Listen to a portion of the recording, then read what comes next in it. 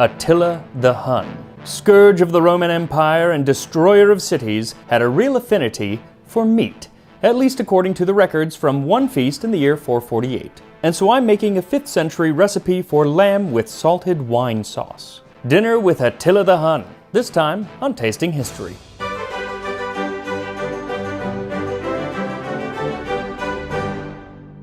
Attila the Hun is a man with quite the reputation. I think most would agree with the ancient Roman author Jordanes, who said, "Attila was a man born into the world to shake the nations, the scourge of all lands, who in some way terrified all mankind by the dreadful rumors noised abroad concerning him."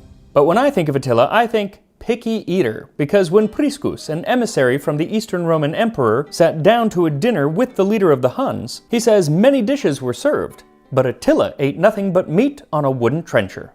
Now what that meat was, he doesn't say, but while he was with the Huns, Priscus says, "We set out with the barbarians and arrived at Sardica, 13 days quick travel from Constantinople. The people there sold us sheep and oxen, which we slaughtered, and we prepared a meal." So mutton and beef are good bets, but how they prepared those dishes?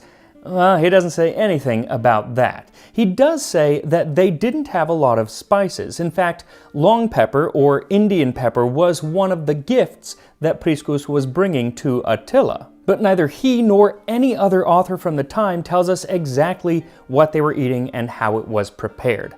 But there is a 5th century writer, Anthimus, who does write of what another non-Roman people, the Franks, were eating at the time. And one simple recipe from his De Observatione Ciborum sounds like it might have been up Attila's alley. Mutton is suitable and can be eaten frequently, both with a simple sauce and in roasting it, keeping it far away from the flame. Indeed, if it is near the fire, the meat will be burned on the outside and the inside will remain raw, and this causes more harm than good. However, roast it from afar and for a long time so that the result is almost as if it were steamed. As it roasts, season it with salt mixed with wine, brushed on with a feather.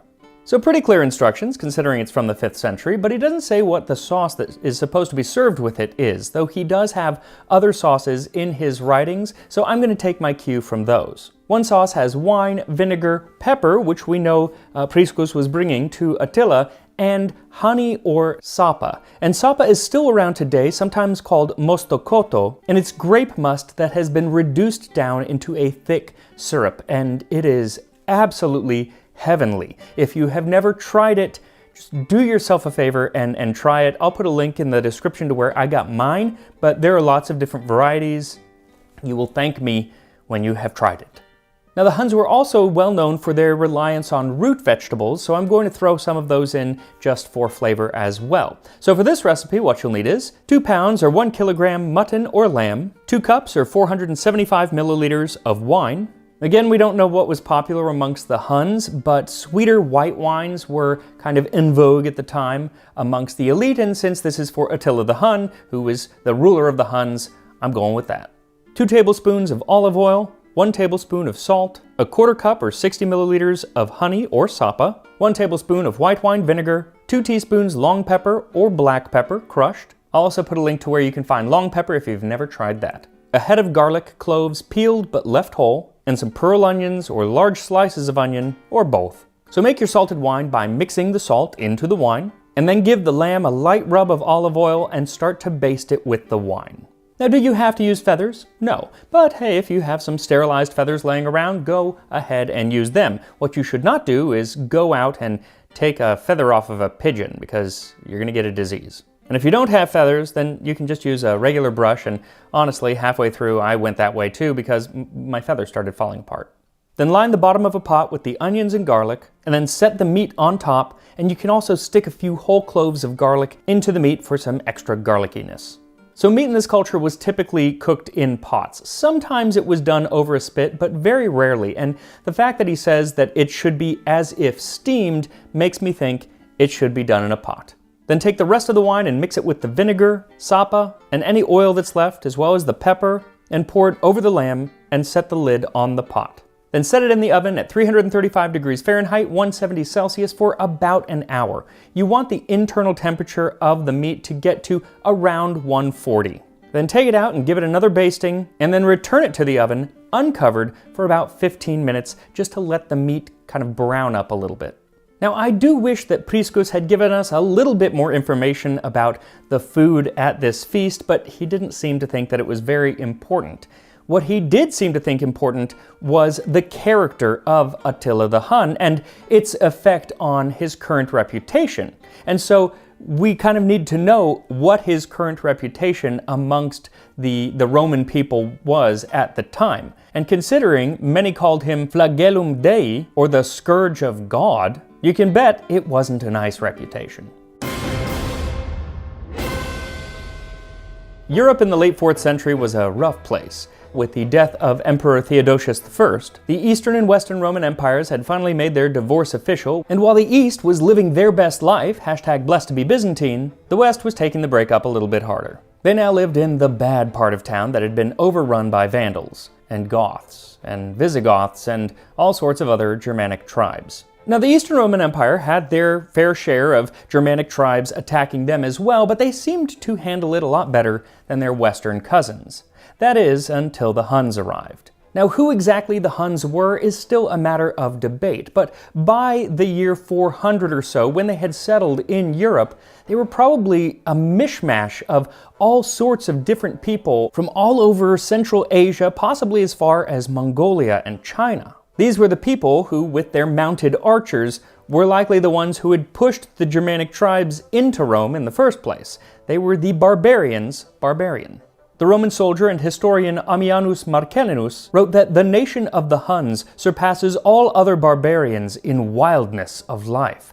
They are of portentous ugliness and so crook-backed that you would take them for some sort of two-footed beasts, or for the roughly chipped stakes which one sees used for the railings of a bridge. Sick burn.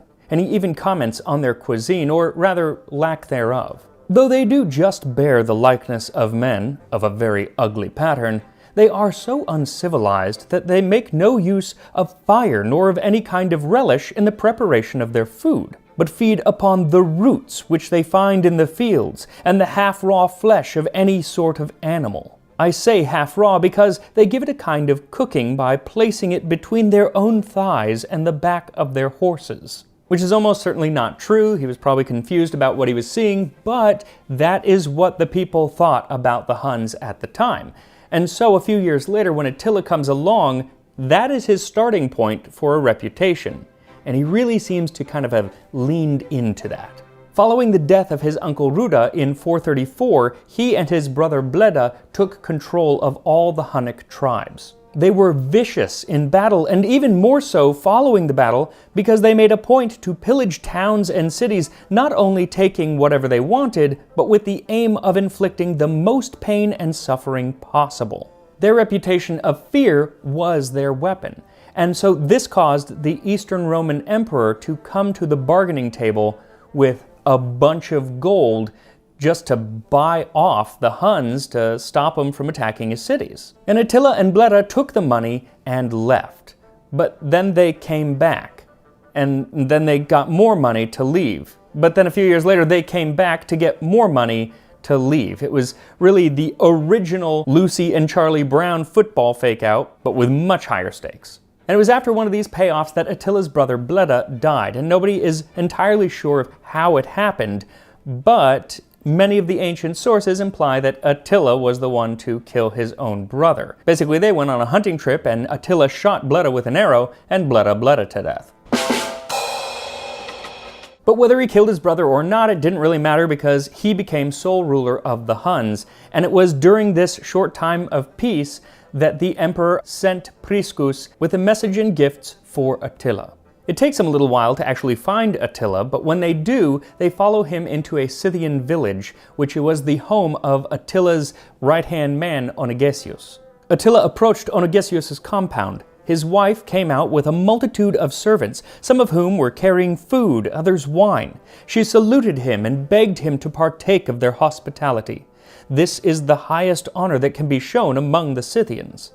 To show favor to the wife of his friend, Attila ate, sitting on his horse, as the barbarians accompanying him raised the platter up to him, and having tasted the wine, he went on to the palace. Then they continued north, deeper into the Huns' territory, until finally they reached Attila's home, one of his many homes, but the most splendid of them. It was made of polished boards and surrounded with wooden enclosures, designed not so much for protection as for appearance sake. Attila's wife, Kreka, lived there, and having been admitted by the barbarians at the door, I found her reclining on a soft couch. The floor of the room was covered with woolen mats for walking on. A number of servants stood round her. Having approached, we saluted her and presented the gifts. Then he says Attila struts into the room. A later author, using Priscus as his source, says Attila was haughty in his walk, looking around on this side and on that, so that the power of his proud spirit appeared in the movement of his body. Short of stature, with a broad chest and large head, his eyes were small, his beard thin and sprinkled with gray, and he had a flat nose and swarthy skin, showing evidence of his origin. Then Attila holds court, hearing all of his people's complaints and meting out his judgment.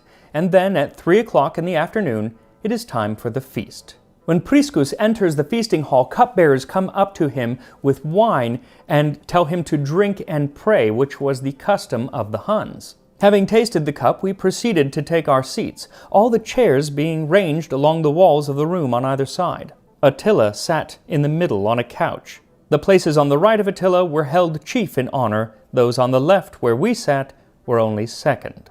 Then there's a long ceremony of everyone drinking and pledging fealty to Attila, after which he pledges protection back to them. Then the cupbearers all leave, and tables are brought out, followed by the food. The attendant of Attila first entered with a dish of meat, and behind him came the other attendants, with bread and other foods which they laid on the tables. A luxurious meal, served on silver plate, had been made ready for us and the barbarian guests. But Attila ate nothing but meat on a wooden trencher. In everything else, too, he showed himself temperate. His cup was of wood, while to the guests were given goblets of gold and silver. His dress, too, was quite simple, affecting only to be clean. The sword he carried at his side, the ratchets of his Scythian shoes, the bridle of his horse were not adorned, like those of the other Scythians, with gold or gems or anything costly. And this is important because here is this man who is thought to be a brute, a complete savage, who has only recently become one of the wealthiest men in Europe because of his incessant pillaging, and yet he is not showing off that wealth like the Romans would probably think that he would, new money and all that. Rather, he's quite humble. However, he does make sure all of his guests get the best that money can afford. Though as humble as he wasn't above letting everyone, individually, one by one, toast to his health in between courses. After everyone had toasted to him, a second course of food was brought in. And after this course, the same ceremony was observed as after the first. When evening fell, torches were lit, and two barbarians coming forward in front of Attila sang songs they had composed, celebrating his victories and deeds of valor in war.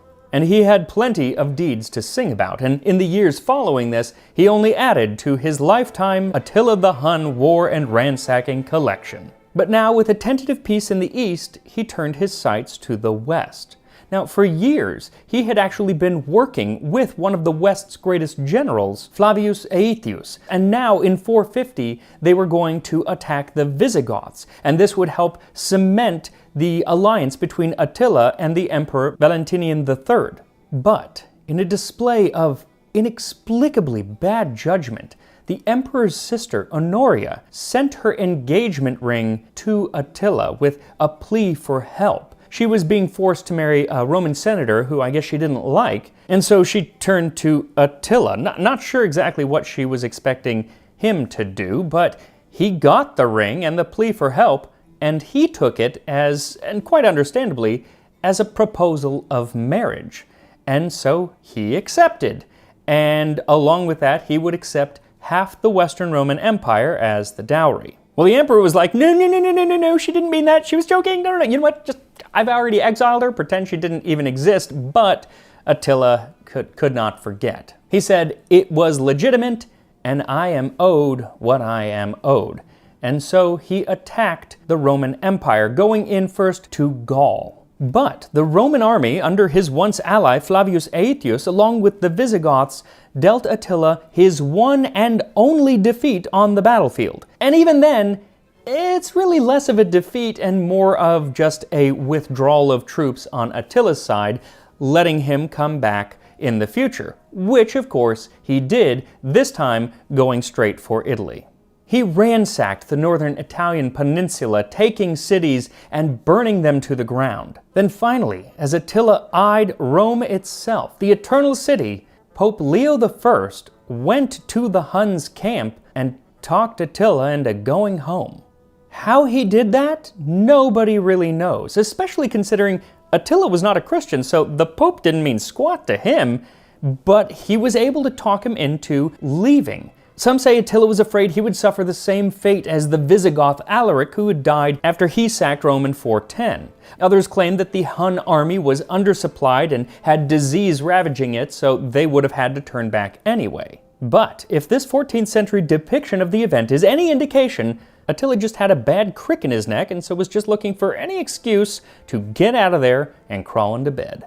But whatever it was the last great thing that Attila ever did, because very shortly after he did get home, he married yet another wife and died that night of a nosebleed. Some today say that it was probably a hemorrhage of some sort in the esophagus. Attila lived a life that built this incredible, fierce reputation as the destroyer of civilizations, and then he dies of a bloody nose. Couldn't really stick the landing. But luckily for him, it's all the other stuff that most people remember.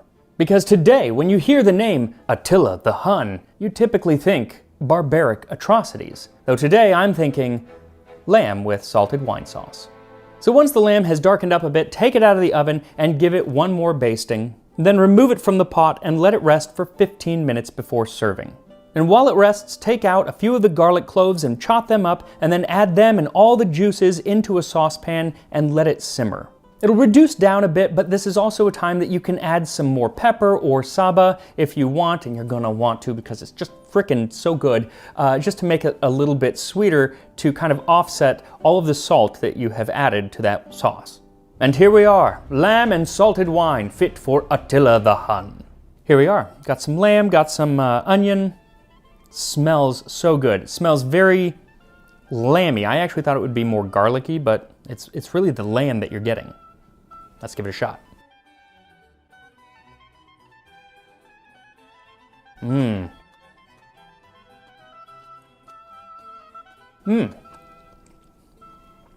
Yeah, it is the lamb. That's the flavor that's coming through. I think the first thing I would do is not pour the sauce onto the lamb, but kind of have it on the side as a dipping sauce, which is actually probably how they would have done it then. So you can control how much you're getting, as it is quite salty, and yet it's not unpleasantly so. It's because of that saba, there's a sweetness there. And with the onion too, I think it just adds this sweetness that kind of offsets the saltiness. So it's not unpleasant, but a little bit goes a long way. What I also really love are pearl onions, just in general, but these just kind of fall apart because they've been cooked for so long. So sweet. Love them. Of all the jobs in ancient Rome, gladiator was probably one of the worst. Low life expectancy, you lived most of it in a cell, and you had a pretty monotonous diet. Mostly a porridge, or pulse, of barley and beans. So thank you to HelloFresh for sponsoring this video as we enter the Colosseum and dine as gladiators. This time on Tasting History.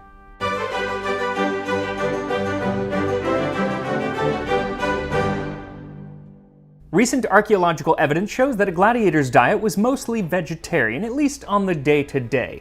And unfortunately, there are no recipes left to us for a gladiator's meal. But we can reconstruct one using the writings of Galen. Galen, who is one of the most famous physicians from the ancient world, spent quite a bit of time stitching up gladiators, and he wrote about their diet. There is also much use made of fava beans. Our gladiators eat a great deal of this food every day, making the condition of their body fleshy, not compact, dense flesh like pork, but flesh that is somehow more flabby. Why do I feel a little attacked by that? Anyway, having that extra layer of flab might have actually been a good thing when your job entailed people stabbing at you. Because, you could bleed a lot, give the people a spectacle, but you're not endangering your vital organs. Galen goes on to say that these beans made the gladiators unusually flatulent, and that it was usually served as a porridge with barley, what the poet Juvenal called the hotchpot of the gladiator. And Pliny the Elder backs this up by saying, barley is among the oldest human foods, and the name given to gladiators who used to be called hordeari, barley men. So between these writings and actual recipes for fancier porridges or pulse by Apicius and Cato the Elder, we can kind of reconstruct what this gladiatorial pulse might have been like. So for this recipe, what you'll need is 1 cup or 150 grams of dried fava beans, 1 cup or 170 grams of barley. Best if you can find hulled barley for this, but if you can only find pearl barley, it is more common, just cook it for half as long. It's going to be a little bit mushier, but pretty much the same. 1 quart or 1 liter of water, 1 onion chopped, 3 cloves of garlic pressed. For as Varro says, ubi alium, ibi Roma. Where there is the smell of garlic, there is Rome. 3 tablespoons of olive oil, 2 tablespoons of red wine vinegar, and 1 teaspoon of salt. Now this is going to make a decent amount of pulse, which is required, for Seneca writes that for gladiators to withstand the blows and kicks of several opponents at once, and to such a degree that a man can last out the day and resist the scorching sun in the midst of the burning dust, drenched all the while in his own blood, must have copious food, copious drink, copious quantities of oil. But I'm not doing any of that stuff, so I'm probably not going to be finishing this entire thing of pulse, so first soak the barley and the beans in cool water overnight. Once they're soaked, remove the peel from the fava beans, or you can just buy them pre-peeled, it's a lot easier. Now the order of these next things are kind of up to you, but if you want to do it all in one pot, add the olive oil and the onion to the pot, coating the onion in the oil, then set over medium heat and cook for 5 minutes or until the onions are translucent. Then carefully add the water to the pot and bring to a boil. Note that if you've used too much oil and you pour water onto it, it can kind of spatter, and so be careful. If you want to completely eliminate that step, you can make the onions outside of the pot and then add them in later on. Once the water is boiling, add in the barley and cook for about 30 minutes. Then add the fava beans, the salt, the wine vinegar, and the garlic, and stir. Then cook this down into a thick porridge for about 30 minutes or so. Now, I don't know when a meal like this became the standard cuisine for gladiators, but Livy tells us that the first gladiatorial games were organized in 264 BC during the First Punic War by 2 brothers, Marcus and Decimus Brutus. They did this to honor their father at his funeral, and gladiatorial games often accompanied funerals. In 216 BC, the sons of consul Aemilius Lepidus honored his death with 22 fights held over 3 days. Basically, if Dad had to die, he wasn't going alone. But what exactly was life like for one of these gladiators? Well, as our porridge bakes and you hit that like button, provided you're entertained. Are you not entertained? Let's take a look at the life of an ancient Roman gladiator. So you're a gladiator! Congratulations! And my condolences, because your life expectancy is frighteningly low, about the age of 27. But that rather short life is going to be very exciting as long as you like fighting, because that is what you're going to be doing most of the time, mostly for practice. See, as a gladiator, you'd belong to a ludus, or gladiatorial school. Some of the gladiators might be captives of war or criminals, and many choose to be there either as a way to pay off debt or because they just like killing things. But it does matter how you got there, because according to the poet Juvenal, net throwers aren't required to mess with convicted felons. Even the lowest scum of the arena observe this rule. Even in prison, they are separate. And essentially it is a prison of sorts, because you spend all of your time in a cell unless you are eating or fighting. Gladiators were slaves to the lanista, or the owner of the school, and to him you must vow to endure to be burned, to be bound, to be beaten, and to be killed by the sword. And right off the bat, I'm out. But if you do choose to stay, and you're good, then it's not all bad, because Galen talks about unctores, or slaves that are in charge of basically making sure that the gladiators are nice and comfortable and receive daily massages before heading back to their cell. So between the massages, the exciting cuisine, and the hours of training, your lanista has made quite an investment in you, and he's going to get a return on that investment. And he's going to do that by renting you out. First option, the army. In 69 AD, the year of 4 emperors, which we talked about in the episode on Vitellian peas, the Emperor Otho's defenses included an irregular force of 2,000 gladiators, a shameful assistance of which during the civil wars even strict generals availed themselves. So it wasn't really looked well upon to have gladiators in your army, but it did happen quite a lot, though it tended not to go well for the gladiators. So instead of fighting an actual battle, you might be better off fighting an entertaining battle at a dinner party. The Romans would invite their friends to dinner, and when they were all sated with dining and drink, they called in the gladiators. No sooner did one have his throat cut than the masters applauded with delight. Bravo! Charming, just charming. Though a description from the consul Silius Italicus paints a rather more gruesome picture. Often the combatants fell dead above the very cups of the partygoers, and the tables were stained with streams of blood. That's why I never sit in the splash zone. Now, the other activity that you might be employed in as a gladiator, and probably the most famous, is to participate in the games, fighting in an arena like the Colosseum, which, by the way, I just finished putting together the Lego Colosseum. And as a huge Lego fan, it was pretty cool to get to put this together. It's the biggest set they've ever done, and it really made me want to go back to Rome, so someday. Now, most gladiators only participated in these fights 3 or 4 times a year, so it wasn't a daily occurrence. But since you had a likelihood of dying in about 1 out of every 5 games, the odds not great. But the night before the big fight, you got a nice fancy meal. A cena libera was a sort of feast where the combatants were given all sorts of food and drink, often in a public place, as a way to gin up excitement for the next day. Though several writers say that the gladiators tended to actually focus on spending time with their family and setting their affairs in order rather than gorging themselves, but it's up to you. What's not up to you is whether or not you fight, because you're gonna fight. It was compulsory. Though, unless you're a condemned criminal and opening the games by having to fight a tiger or another wild beast, the editor or the producer of the games would typically pair you up with someone that you at least had a decent chance against, so that's good news. There were many types of gladiator who were trained to fight with different weapons and equipment. And there was a way of pairing them up so that in theory there was no one type that overpowered another, unlike Batman vs. Superman, because it's Superman versus Batman. How that movie lasted 3 hours, I don't know. I know it's been a long time, but I'm still upset about that. Also, like Batman vs. Superman, your fight would be set to a musical score. There would often be music played during the fight, including horns blasting out each time a blow was hit. Now, one way to win, of course, was to kill your opponent, but that happened less than you might think. Namely because if you died, then the editor or the producer would have to pay your lanista quite a bit more, like 50 times more than what he paid to rent you. Kind of like if you rent a car and destroy it and didn't get insurance. Same thing. So instead of dying, if you were bested, you could raise your fingers up in surrender, or the gladiator may lower his weapon and test the pity of the people. And pity was usually given. Not always, but usually. An arbiter, who was usually the editor, or if the emperor was there, then it was him, would be the one who decided if you lived or died, though they would often take into account the voice of the people. When the thumbs of the rabble are turned up, let any man be killed to court the mob. So it wasn't actually a thumbs down that sealed your fate, but a thumb in general, just kind of waving around, we don't exactly know. It was called the pollice verso, or turned thumb. And if they wanted you to live, then they just hid their thumb. So you want to see this out there. But if indeed it was your time to go, you had to do so honorably. The gladiator, no matter how faint-hearted he has been throughout the fight, offers his throat to his opponent and directs the wavering blade to the vital spot.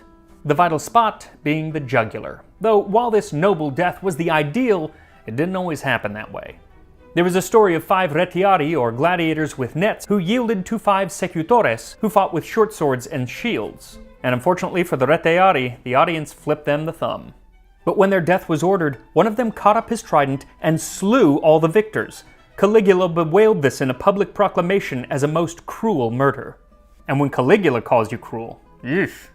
But if you did live, you got to basically be a celebrity. Roman children had figurines made of their favorite gladiators, and gladiator sweat could be sold as an aphrodisiac. So it's no wonder that they were very popular with the ladies. Graffiti in Pompeii calls out, "The girl's idol, Celadus the Thracian gladiator. Fought 3, won 3. And Crescens, the netter of young girls by night." Noble women would often pay to have the winner of a fight spend the evening with them at their villa, and the poet Juvenal writes of Hippia, a senator's wife who runs off with a gladiator to Egypt. Though he questions why she's willing to throw away her reputation and forsake her children, her husband, and her home. For the gladiator was maimed in his limbs and verging now to age. Add that his face was battered and decayed, the helmet on his brow huge sores had made. A wart deformed his nose of monstrous size, and foul discharge trickled from bloodshot eyes. But then he was a gladiator, that alone made every charm and every grace his own. A lid to every pot, I suppose. Though most of the ancient writers didn't seem to hold gladiators in very high regard no matter how much they won. Tacitus bemoaned the fact that his students were always talking about them during his lectures, and Calpurnius Flaccus said, "There is no meaner condition among the people than that of the gladiator." And Seneca writes in what sounds a bit like sour grapes, "How many men, I say to myself, train their bodies, and how few train their minds? What crowds flock to the games, spurious as they are and arranged merely for pastime? And what solitude reigns where the good arts are taught? How feather-brained are the athletes whose muscles and shoulders we admire." Just like how the football team at my high school got all the funding even though it was our choir that were the state champs. The jocks get everything. Nothing has changed in 2,000 years, and maybe I'm the one with sour grapes.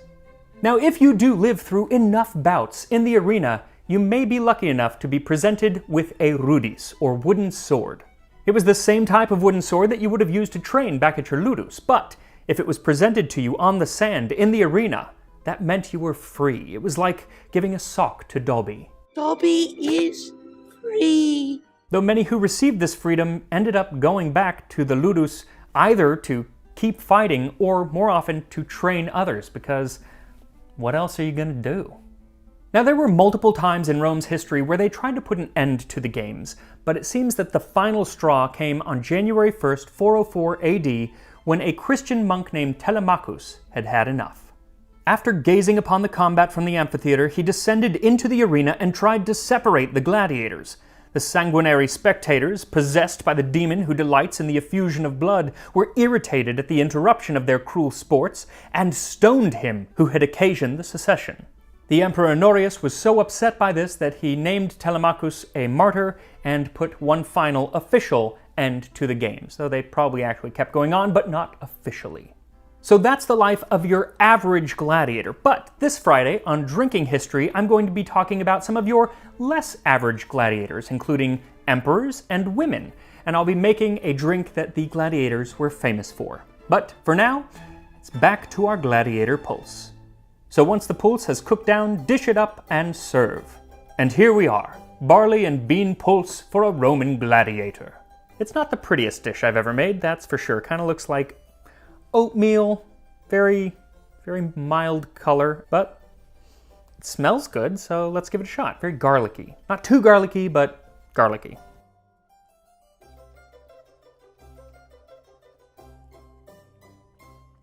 It's not half bad. There's that hint of sweet from the onion, but the garlic is definitely the most dominant flavor. You know, there's not a lot of flavor to barley or the beans, so they're just like an avenue for whatever else you put in here. I like the garlic because I like garlic. I might even put more garlic in, but anything that you put in here, that's kind of what the flavor is going to be. I think I did a very good job. I'm not gonna lie. Be careful not to oversalt this. This could become very salty very quickly. The thing is, this is a side dish. This is not an entire meal. I mean, it was an entire meal. This is all that they ate, but I don't know if I could eat like huge bowls of it for every meal. I think that would get very, very monotonous, but you know, that's how it was, the life of a Roman gladiator. So thank you to HelloFresh for sponsoring this video. Make sure to follow me on Instagram, Tasting History with Max Miller, and check out our Reddit and our Discord. I'll put the links in the description, and I will see you next time on Tasting History. The Knights Templar, famous for their piety, their ferocity in battle, their wealth, and even their diet. A diet which some say gave them inordinately long life. So in an attempt to hold on to my youth just a little bit longer, I will eschew the Botox and fillers and instead make a medieval wild boar with cameline sauce. This time on Tasting History.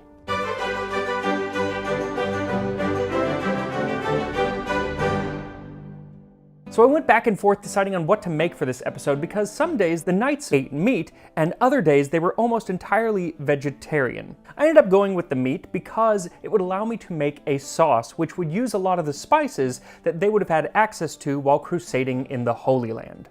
So I'm actually using two sources, both 14th century French sources written around the waning days of the Knights Templar. The first is from Blvd de Trévent and is for sanglier, fresh wild boar venison, cooked in wine and water and boiled again, eaten with camelline sauce. Today the term venison usually refers to deer or elk, but back then it could refer to any hunted game animal, like rabbit or deer or badger or boar like this recipe calls for.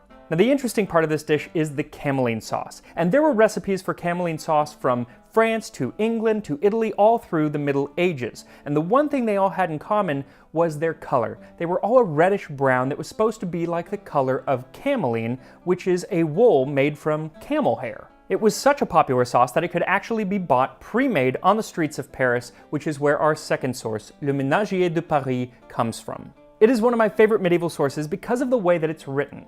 It's ostensibly an old man writing to his new, very young wife, and it's instructions on how to please him in every sense of the word, which includes making camelline sauce. Camelline. Note that in Tournai to make camelline they grind ginger, cinnamon, saffron, and half a nutmeg, moistened with wine, then taken out of the mortar. Then grind in a mortar untoasted white breadcrumbs that have been soaked in cold water, moisten with wine, and strain. Then boil everything and finish with brown sugar, and that makes winter camelline. In the summer they do the same, but it is not boiled at all. Now there are many variations on this sauce. A lot of them use vinegar, some use sugar or currants, lots of different spices, and then of course boiled and not boiled. And since it's winter, I am going to use boiled for our meat. Now once you have your boar, you can actually boil it right away, but I do find that that kind of dries out the meat. So it's best to heat a little olive oil in a pot and then sear the meat for a couple minutes on each side. Once it's well crusted, you can take it out of the pot and add in equal parts water and wine. And you can use red or white wine for this. The red is going to stain the boar a little bit, but it really adds more flavor, I find, so that's what I'm using. Once it's boiling, put the boar in and cover the pot, leaving it to cook for 10 to 15 minutes. And if it's not entirely submerged, that's okay. You can flip it if you want, but it's actually not even necessary.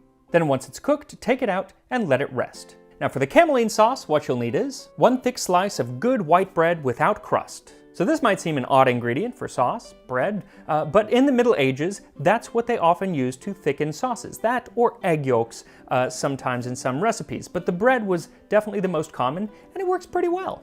1 1/4 cup or 300 milliliters of white wine, 1/4 cup or 60 milliliters of red wine, 1 teaspoon of ginger, 2 teaspoons cinnamon, a half teaspoon of nutmeg, a pinch of saffron threads, 2 tablespoons of brown sugar, and a pinch of salt. And you can mix those quantities pretty much however you want to your taste, though the cinnamon is supposed to be the dominant flavor. So rip up the bread into small breadcrumbs, then soak them in cold water for a couple hours. While it soaks, mix the ginger, cinnamon, nutmeg, and saffron together, then stir them into the white wine. Once the bread is soaked, pour the red wine over it, and if you want a little zing to the sauce, go ahead and add about a tablespoon of red wine vinegar here. It's very popular in most camelline sauces of the day, but it is not in this recipe, but add it if you want.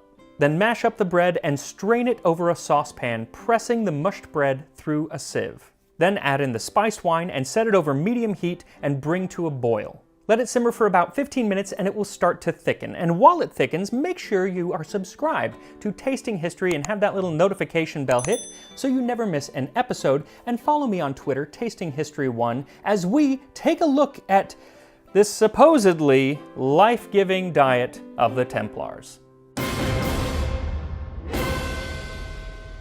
The Knights Templar. Warrior monks charged with protecting pilgrims as they traveled to Jerusalem following the First Crusade. As Bernard de Clairvaux wrote, "A Templar knight is truly a fearless knight, and secure on every side, for his soul is protected by the armor of faith, just as his body is protected by the armor of steel. He is thus doubly armored, and need fear neither demons nor men."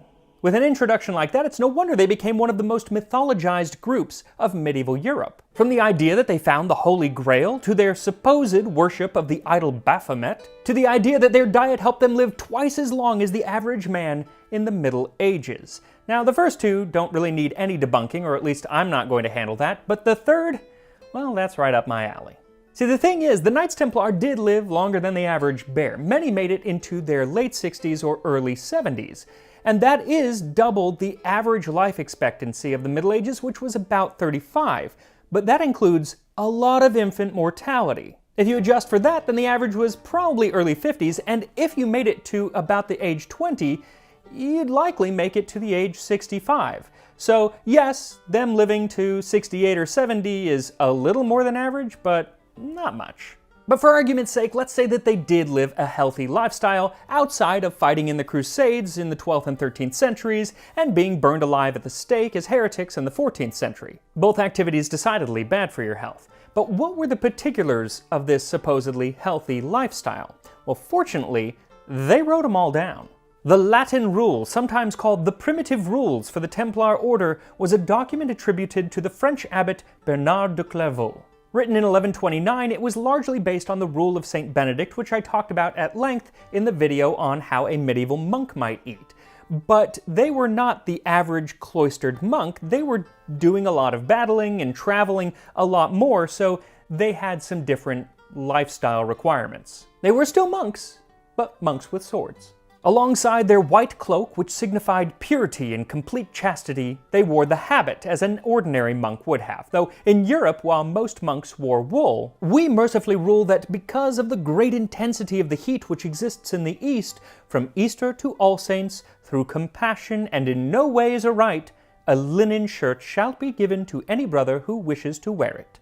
But don't for 1 minute think that kind of leniency is going to extend to your footwear. We prohibit pointed shoes and shoelaces, and forbid any brother to wear them, for it is manifest and well known that these abominable things belong to pagans. Though while that may have been the case in the 13th century, by the 14th century, pointy shoes called krakows had become all the rage. And just like modern-day Crocs have their haters, though I do wear them in the kitchen because they are so comfortable, so too did Krakows have their haters. In 1394, the monk of Evesham described those accursed vices 1/2 yard in length. Thus it was necessary for them to be tied to the shin with chains of silver before they could walk with them. There are also stories where the point was so long that they came up and curved so high that they couldn't use stairs anymore. So maybe it's not the most sensible shoe wear for a warrior monk. Now, wearing their white garments and sensible shoes, they would read a bit of scripture before sitting down to eat. And they would always eat together, specifically paired up in a sort of accountability system. Because of the shortage of bowls, the brothers will eat in pairs, so that one may study the other more closely, and so that neither austerity nor sacred abstinence is introduced into the communal meal. And so your buddy didn't drink too much, you were supposed to make sure that he and you got the exact same amount of wine. And often, that wine would be watered down. For Solomon said that wine corrupts the wise. Though after a few glasses of wine, I always feel a little more wise, or at least more willing to give my unvarnished opinion on things, which I guess isn't the same. Now, what was served to the knights was completely dependent on the day of the week and the time of year. It should be sufficient for you to eat meat 3 times a week, for it is understood that the custom of eating flesh corrupts the body. Though as corrupt as it was, they really cherished these meat-eating days, and if a day of fasting ended up on one of those days, they would double up the meat portion on the next meat day. And on Sundays, all the brothers of the temple, the chaplains, and the clerks shall be given 2 meat meals in honor of the holy resurrection of Jesus Christ.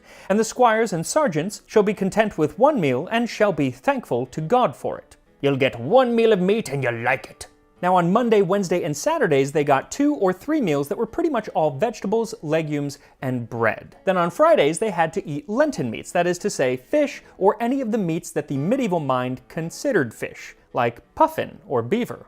And with the exception of just a few days like Christmas, from All Saints' Day in early November all the way to Easter, usually in April, you had to fast pretty much every day, which meant 1 meal. Though if you were sick, you didn't have to follow any of these rules and you pretty much got to eat as much meat as you wanted. Now during the meals, there were a lot of rules on how the knights should behave. Unlike most monks who had developed a sort of sign language so that they didn't have to talk at meals, the knights would quietly and privately ask for what you need at table, with all humility and submission. Each brother may give some of the food in front of him to the other brothers around him as far as he can stretch his arm, but no farther. or what today we would just call good table manners. And they had some other good table manners as well, like a need to wash your hands before coming to the table, a need to wash the table itself before putting any food directly on it, and if you had been working outside with your hands, you weren't allowed to touch the food at all. They also used napkins, though for some reason, on Good Friday, all the brothers should fast on bread and water and eat without a napkin. Does anyone out there know why that might be? Because I couldn't figure it out. I get that Good Friday is all about, suffering, and so I can see the bread and water, but no napkin? Just seems odd. Anyone? Now, if you were at one of these meals, you might notice something odd, and that might be one of the brothers sitting on the floor in front of everyone else while he eats. And that meant he had been naughty, because sitting on the floor while you eat was the penance for a minor sin. But if the fault is very serious, let him go apart from the company of the brothers, so that he does not eat or drink at the table with them, but all alone. Now, assuming you had not sinned and had finished the meal with your brothers, everyone would get up and go over to the church to say grace, and you would bring your partly eaten bread with you to give to the poor. Any whole loaves of bread you kept back and saved for the next day, because the poor just needed, the scraps, no new bread for them, I guess. Now, all this food that the knights were eating was generally procured and prepared by servants. In fact, there was very little that a knight could do to get food for himself.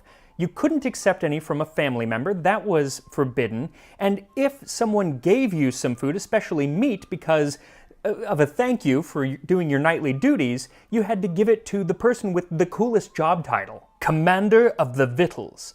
I want that job title. And if you were tempted to go hunting, well, that was a no-no. You could take some fresh green vegetables out of a field or go fishing, but hunting, no, especially not with a hawk or a falcon. You couldn't even be with someone who was hunting with a hawk or a falcon. They also should not go into the woods with longbow or crossbow to hunt animals or to accompany anyone who would do so, except out of love to save him from faithless pagans. Those same pagans with the pointy shoes, I would assume. Though there was one exception to the no hunting rule, and this exception definitely would have only applied to the Knights Templar rather than other monks because of where the knights tended to travel.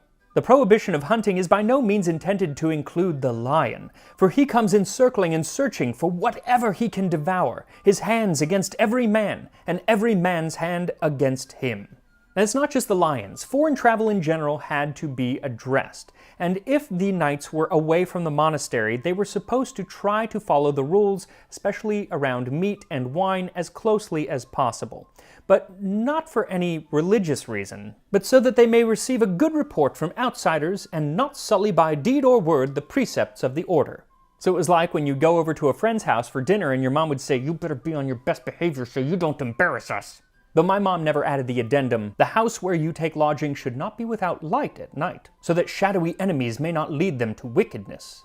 And exactly what wickedness that is, they don't say, but I'm guessing women were on the list. The knights were really weird about women. They were not supposed to talk to women at all, as the company of women is a dangerous thing. And it specifically says you are not supposed to, under any circumstance, kiss a woman, including your mother, sister, aunt, or any other.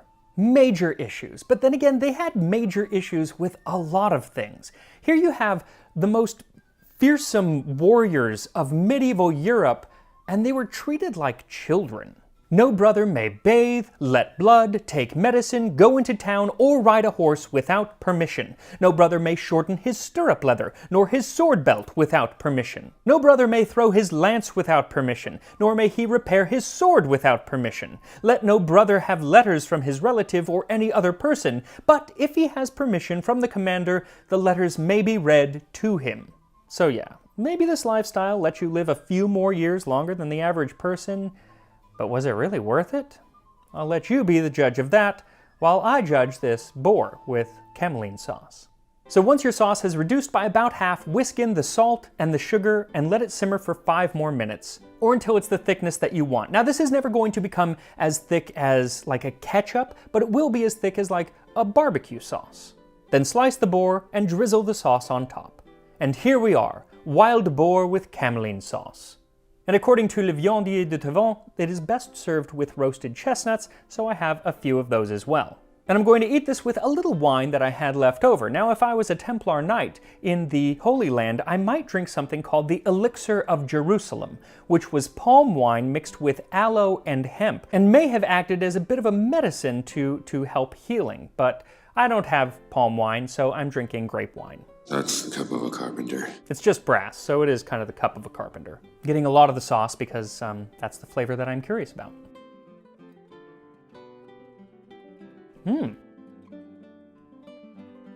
So I could see this as a modern sauce. Absolutely. It's like a fancy barbecue sauce.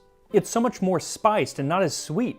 So it just seems a little fancier, but it has the texture of barbecue sauce. It has a lot of the same flavor profile, especially if you add in a little bit of that vinegar. It gives that certain zing. It's really, really good. Also, the boar is excellent. The crust on the outside, I think it's kind of necessary because now it's not dry at all. It's wonderful because it's not fatty. Like, there is no fat on this meat. It's all muscle, but if you do it right, it doesn't get dry. And it's really, really wonderful. I need to start getting more boar. I like game meat. So I definitely suggest making this. You could really make the sauce with any kind of meat that you want, and if you do the unboiled kind, then that's really good with fish, especially with a little bit of that vinegar to kind of give it an astringency.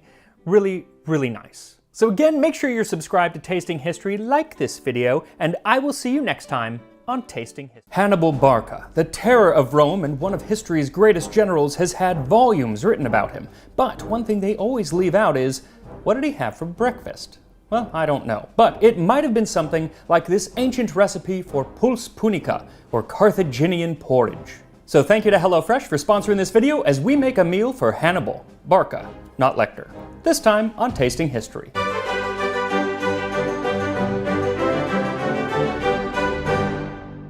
The city-state of Carthage once had an empire that dominated the Western Mediterranean. Yet, with few exceptions, we have very little information on them from their point of view, because most of what we know about ancient Carthage comes from their sworn enemies, the Romans. Even most of what we know about the food that they ate, which is very little, comes from Roman authors, like Columella's mention of sweet pomegranates, which are called Carthaginian apples. Or the story of Cato the Elder casually dropping some fresh figs from Carthage on the Senate floor as a way to prove that if figs can get here from Carthage in a few days, so can a Carthaginian navy. Cato is also the person who left us one of the only recipes associated with Carthage. In his work De Agricultura, he includes a recipe for pulse punica. Pulse being a sort of porridge, and punica meaning Phoenician, though by Cato's time, it really specifically meant Carthage, which was a former Phoenician trading colony. That's why the wars with Carthage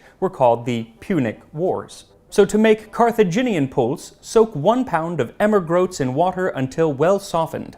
Pour it into a clean bowl, add 3 pounds of fresh cheese, a ½ pound of honey, and 1 egg, then mix everything thoroughly. Put the mixture into a new pot. So Cato must have been distracted when he wrote this recipe down because he's missing the cooking method. It doesn't actually talk about cooking this dish, and it's not very likely that he's having us chomp down on raw grains, mainly because we have other recipes for ancient pulse, and it's always cooked grain.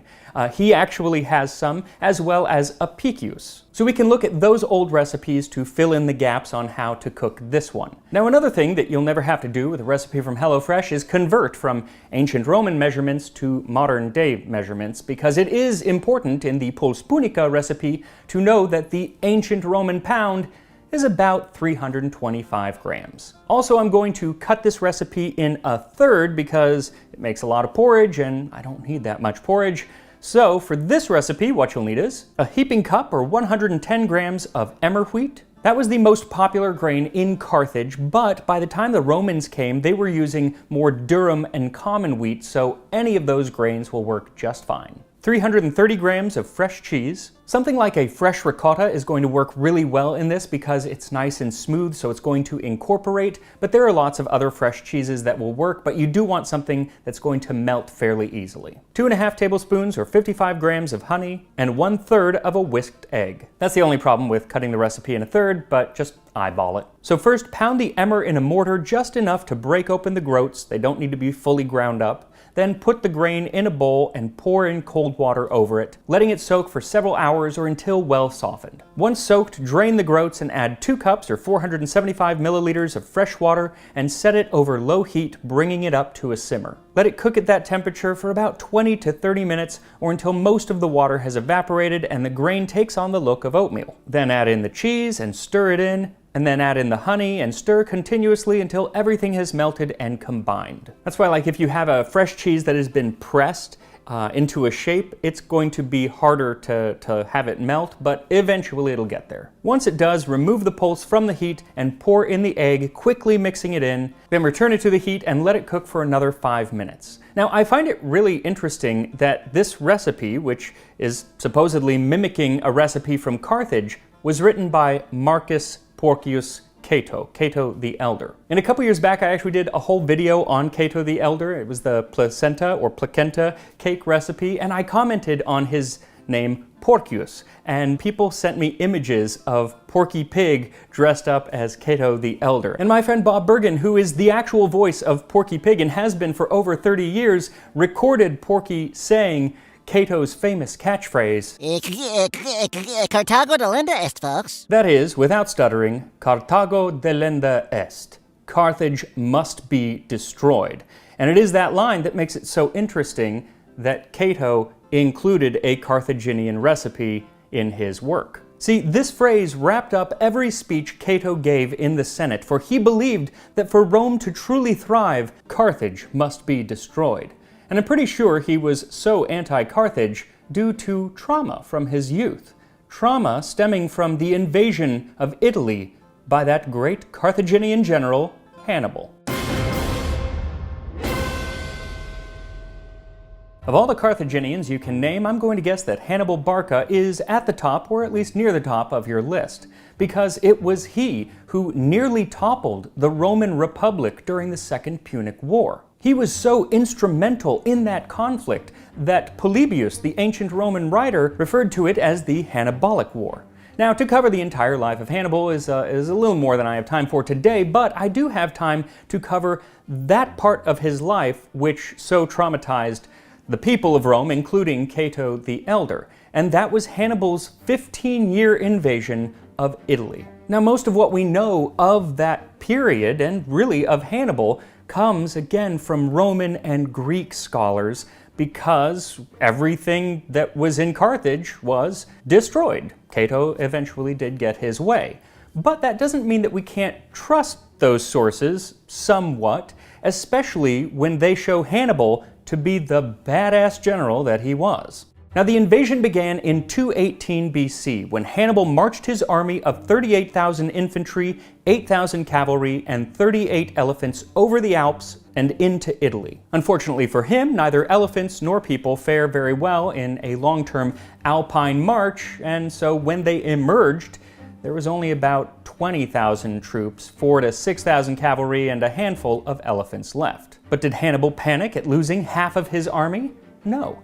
Because just like when you go to a party where you don't know anyone and you're forced to mingle, Hannibal used this as an opportunity to make new friends. And Hannibal was very good at making friends, especially with people who were already the enemies of Rome, like the Gallic tribes of the Po Valley. Quickly, about 8,000 Gallic warriors joined his army when they went into the Battle of the Trebia. Now, even with those new 8,000 troops, Hannibal was pretty fairly matched against the Roman army there under the leadership of Publius Scipio. But as I mentioned, Hannibal was a certified badass and quickly obliterated the Roman force, killing between 15,000 and 20,000 troops, or about half, and taking another 15,000 prisoner. And since, as Liza Minnelli sang, everybody loves a winner, Hannibal quickly found new friends who swelled his ranks to nearly 50,000 at the Battle of Lake Trasimene, where once again he crushed the Romans. And it was at this time that Hannibal laid waste to their country. which caused a bit of a panic amongst the people of Rome, including Cato the Elder, who signed up to fight. He says himself that he made his first campaign when he was 17 years old, at the time when Hannibal was consuming Italy with the flames of his successes. Fortunately for Cato, his early military career took him to places outside of the direct path of Hannibal, because the Carthaginian general followed up his victory at Lake Trasimene with one of the greatest military achievements in history. Known as the Battle of Cannae, it was supposed to be Rome's big pushback against Hannibal. The Senate determined to bring 8 legions into the field, which had never been done at Rome before, each legion consisting of 5,000 men besides allies. Most of their wars are decided by one consul and 2 legions, and they rarely employ all 4 at one time.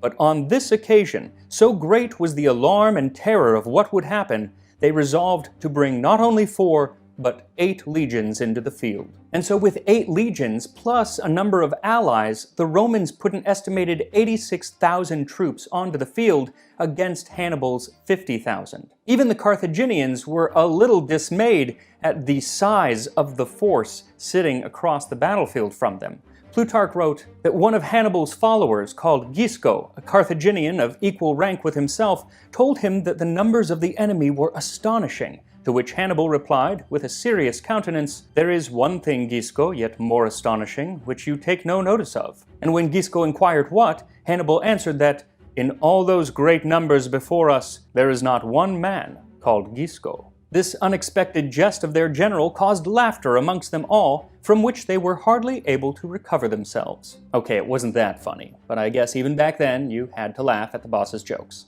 Plus, the army, seeing Hannibal's attendants come back from viewing the enemy in such a laughing condition, concluded that it must be profound contempt of the enemy that made their general at this moment indulge in such hilarity. So even outnumbered, the Carthaginians seemed confident, and they had a right to be because they had Hannibal, that aforementioned badass. This was a man who, when his eye got infected, it said that he plucked it out himself to stop the infection from spreading. And later in his career, during a naval battle, he invented snake bombs. These were jars filled with venomous snakes that would be hurled over to the other ship and would crash onto the deck, spilling out hundreds of venomous snakes. The inspiration for Snakes on a Plane. I have had it with these mother snakes on this mother Trireme. So outnumbered as he was at the Battle of Cannae, Hannibal, I'm sure cool as a cucumber, executed one of the first known pincer movements in history, utterly destroying the Roman army. Different ancient writers give different numbers for the casualties, but most say that out of 86,000 Roman soldiers, between 3,000 and 14,000 survived, with nearly 50,000 being killed and the rest captured. Hannibal only lost about 6,000. It was the greatest military defeat in Rome's history, and within only 20 months of Hannibal's invasion beginning, Rome had lost 20% of male citizens who were of fighting age. On top of that, more and more of Rome's allies, especially in southern Italy, began to support Hannibal. And so the people who were actually in the city of Rome just waited for Hannibal to come finish them off. Never was there so great a panic and confusion within the walls of Rome. But Hannibal never came. Maharbal, who was the leader of his Numidian cavalry, urged Hannibal to take on Rome itself right after the Battle of Cannae. But Hannibal did not do so, which led Maharbal to say, "Assuredly no one man has been blessed with all God's gifts. You, Hannibal, know how to gain a victory. You do not know how to use one." And for the next 14 years, Hannibal remained in Italy, taking more and more territory, but never attacking Rome itself. A military tactic which has been argued for the past 2,200 years. Now, over the next decade, Hannibal's army was whittled down through guerrilla tactics employed by smaller groups of Roman soldiers, while the majority of the Roman army went to go fight the Carthaginians elsewhere, basically anywhere Hannibal was not. Iberia, northern Africa, and by the time that Hannibal did once again face a large Roman military force, it was back in North Africa at the Battle of Zama, and there Hannibal was finally defeated. The Second Punic War was over, but Carthage, while greatly diminished, was allowed to survive. But because of all of the death and destruction and terror that the Roman people felt for so many years, there were some Romans who just couldn't let bygones be bygones. Like Cato the Elder, who even 50 years after that last defeat of Hannibal was still standing up in the Senate declaring Carthago delenda est. Now there was a Third Punic War where Carthage was finally destroyed, and Cato was instrumental in starting that conflict, but he never got to see his catchphrase come to fruition as he died a few years before Carthage fell. He died with the sting of knowing Carthage as a thriving metropolis, who was once again gaining power throughout the Mediterranean. And over on the channel Invicta, they just posted a video today about that thriving city. So if you want to take a stroll through ancient Carthage, I will put a link in the description. And who knows, maybe as you make your way through a market of ancient Carthage, you'll see someone, a Carthaginian citizen, sitting down to a bowl of pulse punica, Carthaginian porridge, which is what I'm going to do right now. And here we are, pulse punica, the porridge of Carthage. So I gotta say, it's not the prettiest dish I've ever seen. It kind of looks like oatmeal and cottage cheese were mixed together, neither of which are pretty in and of themselves, but let's see how it tastes.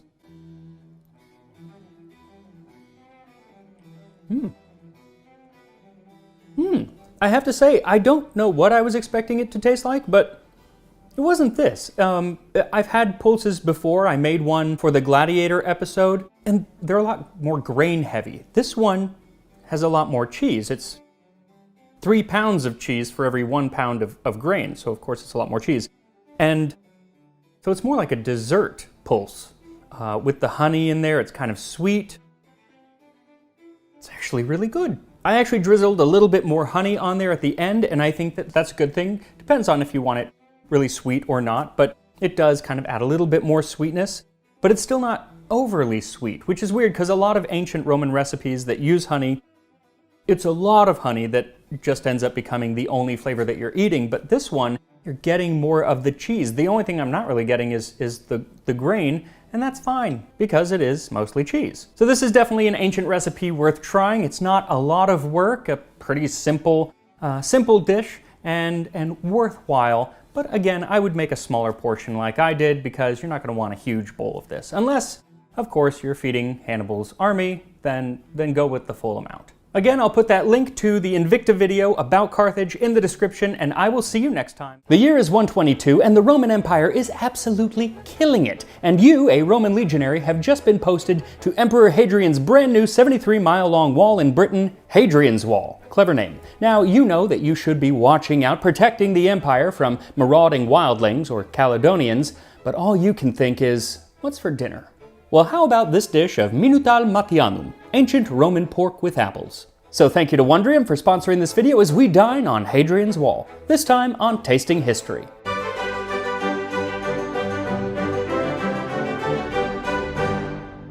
So last summer I actually got to visit Hadrian's Wall along with a large fort just south of the wall called Vindolanda, which was actually built before the wall in the year 85. And besides getting to see the ruins of the fort itself, they also have this fantastic museum filled with all these artifacts found at the site that give you an idea of what daily life at the fort was like. Everything from swords and coins to the things that really interest me, like cooking pots, amphorae for holding wine and garum, and even oyster shells with a little tool for eating them. They've also found hundreds of fragments of writing at the site from as early as the late 1st century. And a lot of them mention food, giving us an idea of what those people stationed at the very frontier of the Roman Empire would have eaten. Now, since they are just fragments of writing, we rarely get the full picture of what they were eating or what they were doing, but in just 2 fragments, we do get a good idea that they were eating a lot more than just bread and pulse or porridge. They had a really wide variety of food available to them. One even mentions pork, specifically pork crackling, trotters, Flavius Cerealis to his brocus, greetings. If you love me, brother, I ask that you send me some hunting nets. Emotionally manipulative, but relatable. Now, in another fragment, they talk about a lot of ingredients that would have excited any ancient Roman gourmand. Bruised beans, 2 modi, chickens 20, 100 apples if you can find nice ones, 100 or 200 eggs if they are for sale there at a fair price, mulsum honey-flavored wine, 8 sextari of garum, a modius of olives. So with some of these ingredients, along with others that we know were available at Vindolanda at the time, we can recreate this dish from Apicius for Minutal Matianum, a recipe likely named after Gaius Matius, who was a friend of Julius Caesar and was known for his facility in the art of topiary as well as his love of cooking. He's thought to have actually written 3 cookbooks at least, or collections of recipes. Unfortunately, they don't survive, but this recipe might be based on one of those. Though he also had an apple named after him, so it's possible that it's simply named after the apple. Now, we don't know for sure that they ate this dish at Vindolanda or Hadrian's Wall. It's merely conjecture. It's possible, but it's conjecture. And a lot of ancient Roman history is based on some conjecture because there are a lot of pieces of history missing. Put oil, garum, stock, chopped leek and cilantro, and small ground meatballs in a pot. Chop previously cooked shoulder of pork with skin into cubes, cook all together. Halfway through cooking, add cored and diced Matian apples. While it cooks, grind pepper, cumin, cilantro, and coriander seed, mint and silphium root, pour in vinegar, honey, garum, defrutum, and some of the cooking liquid. Adjust the flavors with vinegar, bring to a boil, add broken tracta to thicken, sprinkle pepper, and serve. So it is a lot of ingredients, and you can save yourself some time by buying some ham or some pre-cooked pork, but you can also make your own pork shoulder using an ancient Roman base of olive oil, salt, pepper, and some honey. Slather that on the pork, and then put it in the oven at 450 degrees Fahrenheit, 230 Celsius for about 15 minutes, and then lower the temperature to 275 degrees Fahrenheit, 135 Celsius, and cook for about an hour per pound, or until the center hits a temperature of at least 165 degrees. Now, all you need for this recipe is 1 pound or 450 grams of the pork shoulder cut into cubes, but most pork shoulders are quite a bit larger, so you'll have some for lunch tomorrow.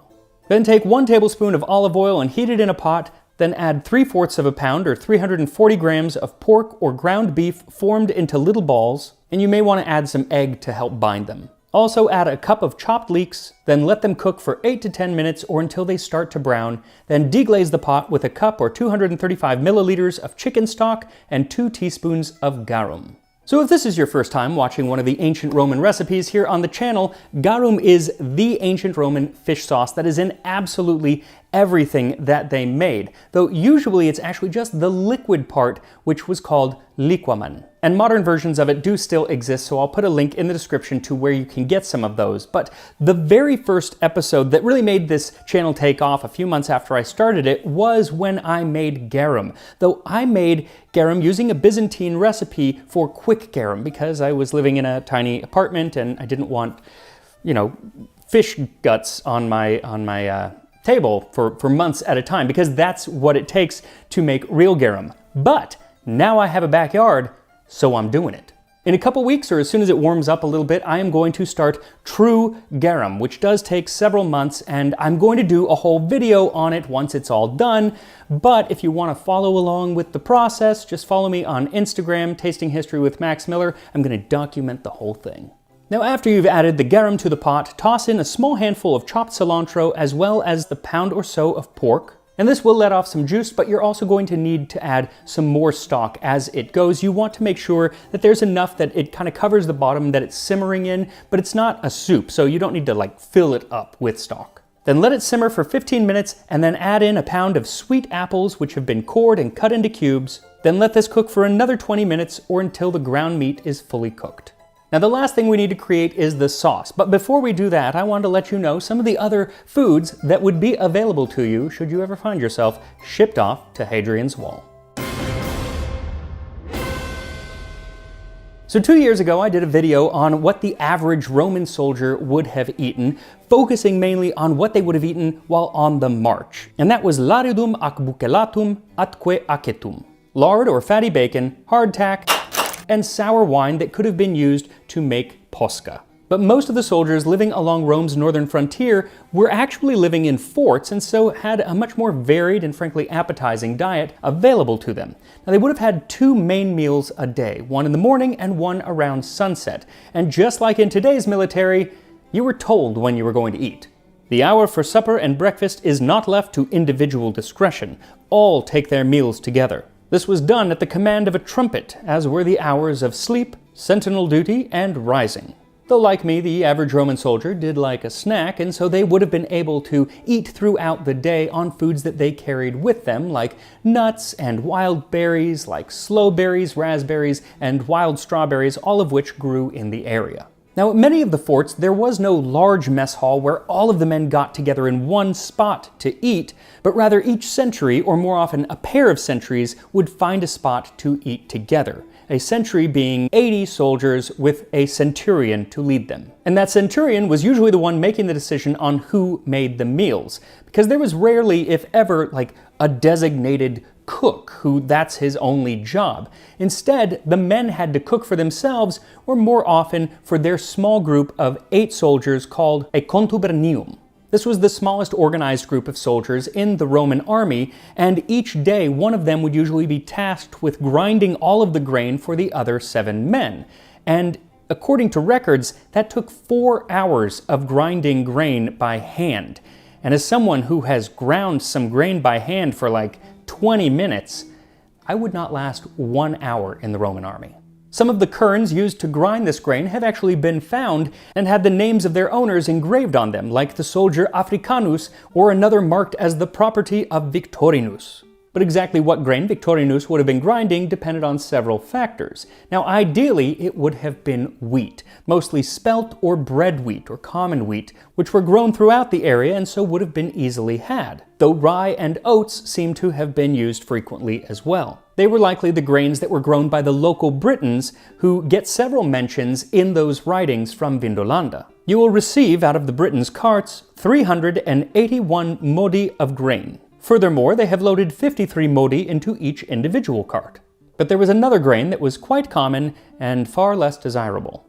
Courteous super to his cassium, greetings, so that you may explain and so that they may get from you barley as commercial goods. Again, these writings are fragments, so things are missing and sometimes it doesn't quite make sense, but you get the gist. He's talking about barley. Barley was one of the most plentiful grains used in the area, but no fighting man would want it for his dinner. Usually it was used for either making beer or sometimes to thicken a pulse or porridge. It was eaten as fodder for the animals or those lowest people in society, the slaves. But there were occasions where a legionary would find himself with a dense loaf of barley bread for his dinner, and that was considered a punishment. In his military manual, Vegetius talks about a certain drill, basically weapons training, and then says the old Romans were so conscious of its usefulness that they rewarded the masters at arms with double allowance of provision. The soldiers who were lacking in this drill were punished by having their allowance in barley. Nor did they receive it as usual in wheat until they showed sufficient proof of their knowledge of every part of their study. No wheat for you! But whether you earned your wheat or were saddled with barley, once ground it would be baked into bread using a communal oven, or several communal ovens. Forts had ovens similar to huge pizza ovens built into the stone ramparts that encircled the camp. This helped to prevent fires breaking out. Though there were times when the loaves were baked on hot coals, especially if you were outside of camp. Even the Emperor Caracalla, who was with the legions in Britain just north of Hadrian's Wall in the year 211, was known to bake his bread this way. With his own hand, he would grind his personal ration of grain, make it into a loaf, bake it in the ashes, and eat it. Just one of the guys. Though I'm sure as soon as he got back to the fort, he was glad that he had more options available than just bread. Because the Roman forts in this area may have started out just to house the troops, but very quickly became like small city centers. Soldiers housed their wives and children, and those families expected more to eat than the typical ration. And with the excellent road system that the Romans built, records from only a few years after Rome conquered the area show that nearly every luxury item in the empire was available at those forts. Amphorae of garum, olives, olive oil, and wine were available to nearly everyone. In fact, evidence shows that wine was being imported to Britain even before the Romans set out to conquer it. And the Romans didn't just import foods, but began growing new foods locally, introducing several types of onion, leek, parsnip, beet, radish, lettuce, cucumber, garlic, broad beans, and a more edible carrot. And by the year 90 or so, the texts from Vindolanda show that soldiers were ordering food that was coming all the way from Syria and northern Africa, from which many of the soldiers also came. There were even some foods coming from the very far east. Spices. Roe deer of salt, young pig, ham of wheat, venison, for pickling, of emmer. And the pigs and ham would have probably been pretty local. In fact, we know some of the names of the people who were tending to those pigs, like in one account of a man who was doling out grain to people around the fort. A count of wheat measured out, from which I myself have put into the barrel. To the ox herds in the wood, 8 modi. To the legionary soldiers on the order of Firmus, 11 modi. To Luco in charge of the pigs, to Father in charge of the oxen. I just think it's so cool that we know that nearly 2,000 years ago, at a fort called Vindolanda on the very northern frontier of the Roman Empire, a man named Luco was tending to some pigs. We also know the name of someone who was very fond of eating those pigs. Felicio the centurion. Bacon, 45 pounds. Likewise, lard, 15.5 pounds. Felicio the centurion as a loan, 21 May, received spices, a half sextarius, a half denarius. Received gruel, received eggs. Eggs, bacon, and spices. Felicio was definitely eating well. There are also orders for goat meat, as well as hunting records for wild deer and birds like ducks and swans, as well as salmon, trout, and pike caught from the South Tyne River. Sheep and cattle were also found grazing nearby and could provide both milk and meat for the men and their families. Though for Flavius Cerealis, the prefect of the 9th cohort of Batavians, he impressed his guests with chicken. He entertained the elite of Britain on several occasions, and in the year 104 he entertained the governor of Britain himself, and chicken was on the menu. 1st of May, for the singularis. On the visit of the governor, consumed at lunch, chickens, number 4. And they would have been well flavored, as they ordered and brought through adiutor from London a set of cooking bowls, 10 denarii, mustard seed, anise, caraway, thyme, 1 sextarius, 1/8 denarius. And as one mustn't neglect their veggies, there is a record of one Iulius Verecundus sending his slave to pick up some greens, and then gently admonishing him for mixing up the keys. Iulius Verecundus to Audax, greetings. As soon as it will have been possible, send in the morning part of the load which I have today dispatched to you with 2 loose horses, lest it be damaged by the conveyance in which the greens will be brought, that is, the shoots both of cabbage and of turnip, and send them. Also, you sent another key with the box than you should have, for this is said to be the key of the little storeroom. Now, as I mentioned, wine was widely available to the men, whether it was the fine wine that came from Greece or the sweet wine, passum, that came from usually Italy, or the wine acetum, or a sour wine, and that was used to make posca. And surely the men that were stationed there, who had grown up around the Mediterranean, would have preferred wine to drink. But most of the first garrisons in the area were actually Tungrians and Batavians. And while Roman citizens, they did not come from Italy, but from the lands that are now northern France and the Netherlands. And according to Tacitus, their drink is a liquor prepared from barley or wheat, brought by fermentation to a certain resemblance of wine. That is, beer, or a form of it, and most Romans had a contempt for it and the people who drank it, and no one had more contempt for it than Pliny the Elder. They take these drinks unmixed, and do not dilute them with water the way that wine is modified, and yet, by Hercules, one really might have supposed that there the earth produced nothing but grain for the people's use. Alas, what wondrous skill, and yet how misplaced. Means have absolutely been discovered for getting drunk upon water even. But those Tungrians and Batavians guarding Britain absolutely loved it. There are many, many orders for this Celtic beer. Musculus to Cerealis, his king, greeting. Please, my lord, give instructions as to what you want us to have done tomorrow. Farewell. My fellow soldiers have no beer. Please order some to be sent. What's interesting is that the word for this beer usually appears as cerveza or cervese, which likely came from a Celtic word for beer, but today in Spanish the word is still cerveza, a bottle of which would actually probably go pretty well with this ancient Roman pork and apples, which still needs a sauce. So for that, what you'll need is 1 teaspoon of cumin, 2 teaspoons chopped cilantro, 1 tablespoon of coriander seeds, 2 teaspoons chopped mint, and 1 teaspoon of peppercorns, or about 4 long pepper. Both were available in ancient Rome, though long pepper did tend to be more expensive, which is actually still the case today, but probably because it's a little bit better. It doesn't have quite as much heat, but it has more flavor to it, so I do prefer it, and I'll put a link in the description to where you can get that, as well as asafoetida. You'll need a half teaspoon. And this was the pungent replacement for Rome's favorite spice, silphium, which was thought to have gone extinct during the time of Nero, and so they used this as a replacement. Though recently, they think they've actually maybe found silphium growing again in Turkey. They don't know, but they think probably. But either way, you're not going to get your hands on it, so stick with the asafoetida. So grind all of these together, then put them in a saucepan with a 1/4 cup of white wine vinegar, 2 tablespoons of honey, 1 teaspoon of garum, and a 1/4 cup of de frutum. And that is grape must that has been reduced to a thick, sweet syrup, and today you can buy it under the name Saba or Sapa, and it's my new favorite condiment. I put that on everything. Finally, add a 1/4 cup of the liquid from the simmering meat and stir everything together, bringing it to a gentle boil. Then mix 2 teaspoons of starch or corn flour in with a little water and add that to the sauce and let it simmer for a couple minutes as it thickens. Then dish up the pork and apples, pour the sauce over it, and here we are. Ancient Roman pork with apples. We'll put a little cracked pepper on that puppy and give it a try. So we will go with just some of the pork, but I'm going to dip it into the sauce because that's what you really want. Here we are.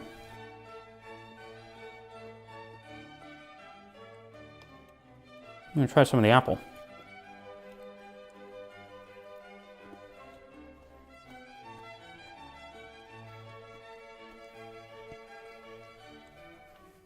That's fantastic.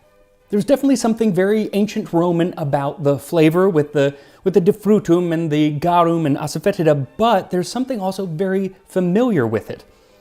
It hits you, the vinegar really hits you, so it's kind of sour at first, but then that quickly fades away and it just becomes sweet and yet aromatic and complex. This, I think, is the best ancient Roman dish that I have made. It is definitely the best ancient Roman dish that I've made. I'm going to try one of the meatballs. That's awesome. That's me patting my own back because that is fantastic. You know, with ancient Roman cooking, they don't give you the exact quantities of everything, so you kind of have to make it up yourself to your tastes, and this is definitely to my tastes. This one is absolutely worth making, and I don't always say that, but this one absolutely is. It's a lot of ingredients, but it's fun and complex and not that hard. So make this one, and I will see you next time on Tasting History. Do you love vinegar? Can't get enough of that pure lard? Then maybe the life of a Roman legionary is for you. Today we'll be making posca, the Gatorade of ancient Rome, along with a boiled lard that might have been eaten by Caesar's men just before crossing the Rubicon. Posca and lard, this time on Who Wants to Feed a Legionnaire? Or Tasting History.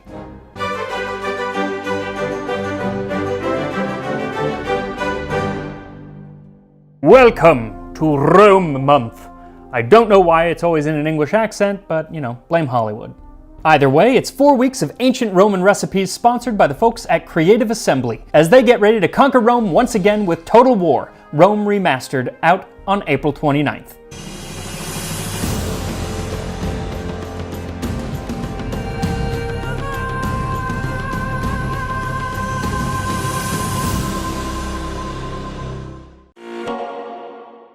So today's video is inspired by your need to keep your Roman army well fed and supplied in the game. And to find out what an ancient Roman army might eat, we turn to the general Avidius Cassius, who commanded his troops to carry no food but laridum ac bucellatum atque acetum, lard, hardtack, and sour wine. And that last ingredient, the sour wine or wine vinegar, which is French for sour wine, vin aigre, vinegar, is the main ingredient in posca. Well, one of them. The other one is water. And since it's basically just water and vinegar, it would make for a pretty short episode. So I'm also going to throw in a recipe from Apicius for boiled lard, so we can cover 2 of the 3 things. I'm not going to be making the bucellatum or hardtack because I just made that and I'll put a link to that video in the description. So let us start with the Posca. Whenever I say that, I always think of Tosca, my favorite opera, or one of them. And if you've never heard Tosca, you should hear it because it's fantastic and absolutely has nothing to do with what we're talking about today, so that's all I will say about that. Go listen to Tosca. Now, when it comes to a recipe for Posca as drunk by the legions, we don't have one. The closest thing would be what Plutarch said of Cato the Elder when he was fighting in the Punic Wars. Water was what he drank on his campaigns, except that once in a while, in a raging thirst, he would call for vinegar, or, when his strength was failing, would add a little wine. And it's that addition of sour wine or wine vinegar that makes it Posca. But we don't know anything about the ratios of water to the vinegar, or if they ever put anything else in there. Though we can get a glimpse at what maybe they would have done by some much later recipes, but they come from several centuries after the fall of the Western Empire, and are mostly used medicinally, except for one in the 6th century that uses it just as an ingredient to put on melon with pennyroyal, but it doesn't tell us how to actually make the Posca. But I am going to read you one of those later medicinal recipes just so you can get an idea of what the concoctions were like. They were all kind of the same ilk. This one is called Lithontrypic Posca, and that means that it had something to do with dissolving kidney stones. Kidney stones! The Lithontrypic Posca, of pennyroyal, of mastic, of parsley seed, of dried mint, of common salt toasted, of coriander seed, of spikenard, of anise, of bishop's weed, of Indian leaf, of white pepper, of the seed of gromwell, of betony, of fine vinegar. When all are pounded, sifted, and triturated very fine, let them be mixed with vinegar for 3 days, and exposed in the sun for 40 days. It then goes on to have the patient sip this potion in a warm bath. Now, an ancient Roman legionnaire would not have access to almost any of those ingredients, nor would they have access to a hot bath on most days. So we know that they weren't making this. In fact, it's likely that by the time this recipe was written down, the term Posca had really completely changed to something very different from what the ancient Roman legions were drinking. But we can use it to see maybe what kind of herbs would have gone into it, and so I'm going to add some of those herbs in one version because why not? So for this recipe, what you'll need is a cup of water, a little red wine vinegar, and some optional herbs. I'm going to use spikenard and coriander seed because I had those on hand. Don't use pennyroyal though, because even though you can get it, depending on the person, it could kill you, or at least make you very sick. Don't use it. I'm also going to add some optional salt. Legionaries pretty much always had access to salt, so it's not odd that they would maybe add it for a little flavor or just as a way to get their salt. But this is a good time to dispel the myth that they were paid in salt. They weren't actually paid in salt. It was part of their ration, but it wasn't a form of payment per se. That idea comes from a mistranslation of Pliny the Elder, who, even when properly translated, should be taken with a grain of salt. Though the word salary does have its roots in the word salt or sol. And you shouldn't do that today, pay people in salt, because most people won't be happy, especially the IRS. They really don't have a sense of humor about these things. But with the addition of salt, this really does become the ancient Roman Gatorade, albeit with less added sugar and fewer fun colors. So if you're not using any herbs, just mix the ingredients and you're done. But if you are using herbs and salt, go ahead and let them soak for a while before straining them out. Either way, this is definitely the simplest recipe I've ever made. So simple that you really have no excuse not to hit the like button and subscribe unless you don't want to, which I guess would be a valid excuse, but why wouldn't you want to? Now the recipe for lari di cottura, or cooked lard from Dere Coquinaria, is almost as simple, but we will get to that after we look at what a Roman legion might have eaten. It takes supreme skill to subdue an enemy more by famine than by the sword, for in the latter, fortune tends to have more influence than bravery. That was Publius Flavius Vegetius Renatus, and I always get a kick out of how medieval and Renaissance artists would depict ancient Romans wearing the clothes of the medieval or Renaissance. I just think it's funny. Anyway, Vegetius wrote Dere Militari, which was all about how to run a functioning Roman army. And one of the most important things in the book is on making sure that they're well fed and watered. They should have grain, wine, sour wine, and even salt in plenty at all times. Though the word plenty is rather relative, since a frugal distribution of the provisions will ensure sufficient plenty, When provisions once begin to fail, parsimony is ill-timed and comes too late. Supply chain management and logistics, the backbone of any army even today. And many armies have been undone by their supply chain or by lack of food and water. Writing about the Second Punic War, Appian says, Hannibal was cut off in the midst of a plain without water and was engaged all night digging wells. His army, by toiling in the sand with great difficulty, obtained a little muddy water to drink. Scipio, mindful of this, moved against them at daybreak while they were exhausted with marching, with want of sleep, and want of water.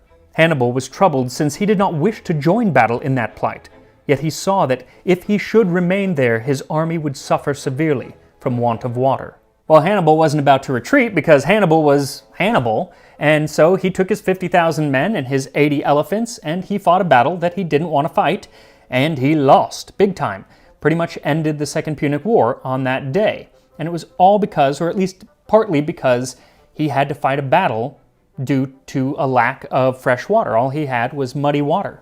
And Vecetius says, neither should the army use bad or marsh water, for bad drinking water, like poison, causes disease for the drinkers.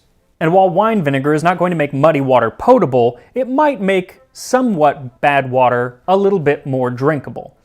Also, historians think that the Romans possibly were under the impression that it might help ward off scurvy, because in the Middle Ages, they did think that it warded off scurvy. Europeans did. It doesn't, but they thought it did. So, there you go. But likely the best reason for having them carry around sour wine is that while wine vinegar doesn't actually hydrate you, in fact, in large amounts it can do the exact opposite, it does slake your thirst. A jar of sour wine was sitting there, so they soaked a sponge in the wine, put it on a stalk of hyssop, and lifted it to his mouth. That is one of several versions of the story where Jesus is up on the cross, and it's usually a Roman soldier who gives him a drink, possibly of posca, in this case with a bit of hyssop.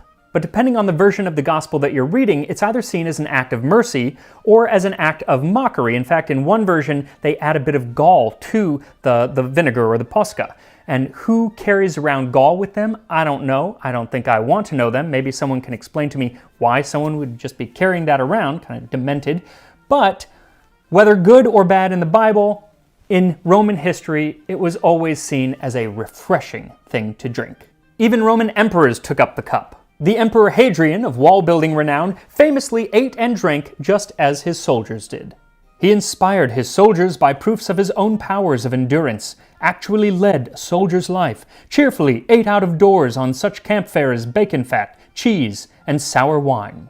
And not to be outdone, the Emperor Caracalla used to eat whatever bread was readily at hand. He would grind enough grain for himself with his own hands and make a barley cake, which he would eat after baking it on charcoal. He claimed that he loved being called a fellow soldier by them, instead of the emperor. Did he though? Because it kind of sounds like when my old boss used to come up and chat with the team.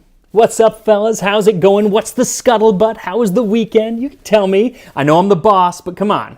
We're a team.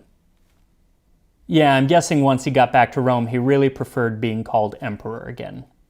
Now, while grain, sour wine, salt, and fat were the staples of the Roman legion's diet, it's not all that they ate, partly because they often had to provide a lot of their own food. There are stories of towns coming together, trying to get as much food as they can to give to their soldiers before they went off to war whenever a herald would come and announce a conscription. And there's a papyrus fragment from Alexandria, Egypt in the 2nd century. It's a letter from the legionary Claudius Terentianus to his sister.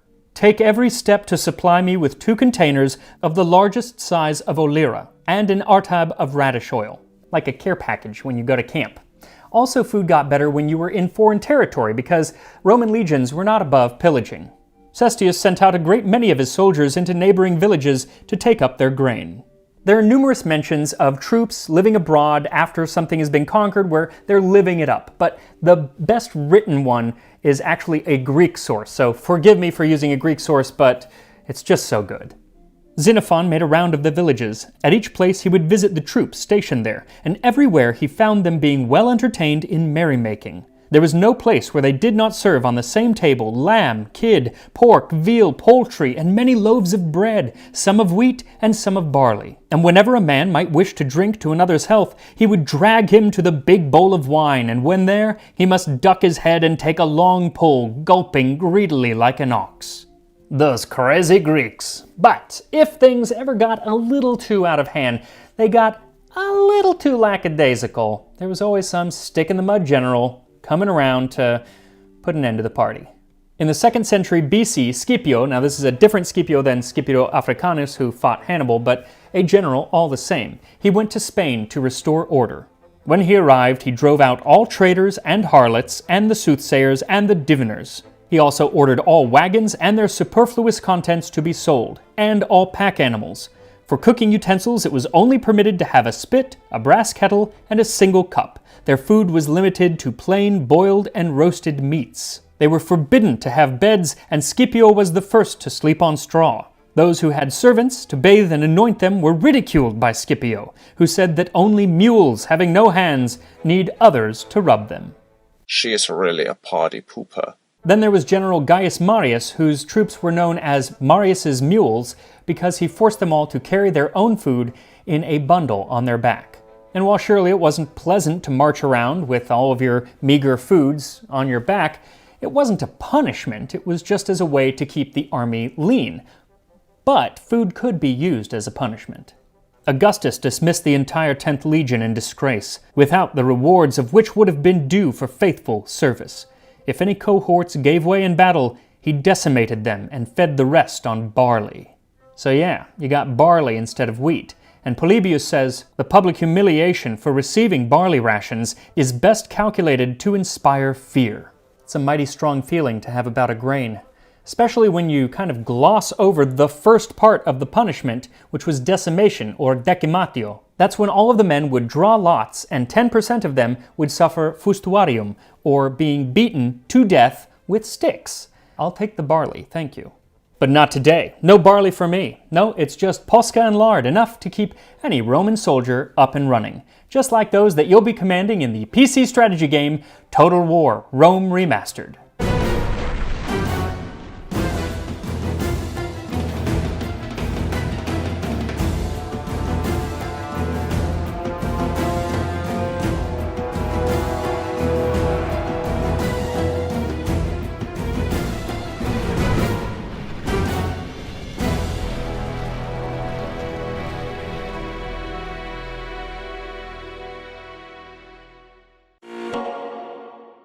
So the recipe for our lard, or lardo, comes from Apicius and says, cooked lard. Boil covered in water with plenty of dill. Drizzle a little oil and a little salt. So all you need is some Italian lardo, or smoked fatty pork. You'll often see it translated as bacon, but it is not bacon like Americans know bacon, or anyone knows bacon. It's pretty much just pure fat. A bunch of dill, olive oil, and salt.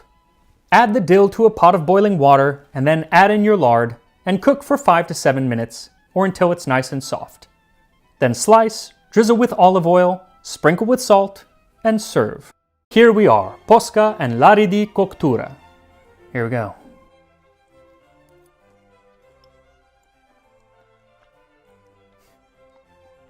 That ain't half bad. It's actually really good. So it's quite salty because it's been cured, which it probably would have been at the time. And I don't really like the texture because it's fat, but the flavor is really nice. It kind of tastes like bacon. I don't really get the dill. Maybe a little bit. It's good. What it doesn't need is added oil. Like, who thought, you know what this piece of fat needs? Some liquid fat drizzled on top. Well, whoever wrote De Coquinaria, who might have been Apicius, he thought that, but I don't think that. Let's try the posca. So I actually have 2 glasses of pos with Vitellius in his youth, but later grew weary of him and ran away. When Vitellius came upon him selling posca at Puteoli, he put him in irons, but at once freed him again and made him his favorite. His vexation was renewed by the man's excessive insolence and thievishness, and he sold him to an itinerant keeper of gladiators. And I tell you this because the rather interesting Emperor Vitellius is the subject of next week's video, where we will be making Vitellian peas. So make sure to join me next Tuesday for our continuation of Rome Month. Again, English, not sure why, on Tasting History.